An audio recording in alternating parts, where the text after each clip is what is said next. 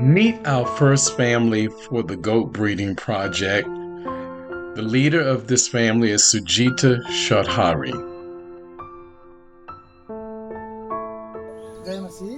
Sujita lives in Baruwa 17 in Baruwa. She does some farming. There are currently 10 members in her household to feed. Her husband drives the little tuktuk vehicles to provide for their family. They are trying to find other possibilities for income sources, and the GOAT project fits perfectly within their need.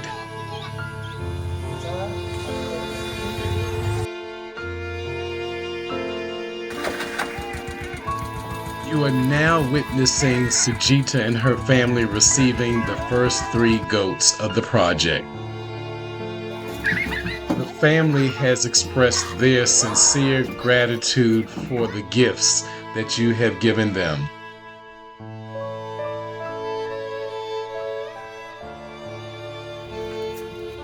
Again, we at Thirst No More thank you so much for your generosity and your compassion for this family.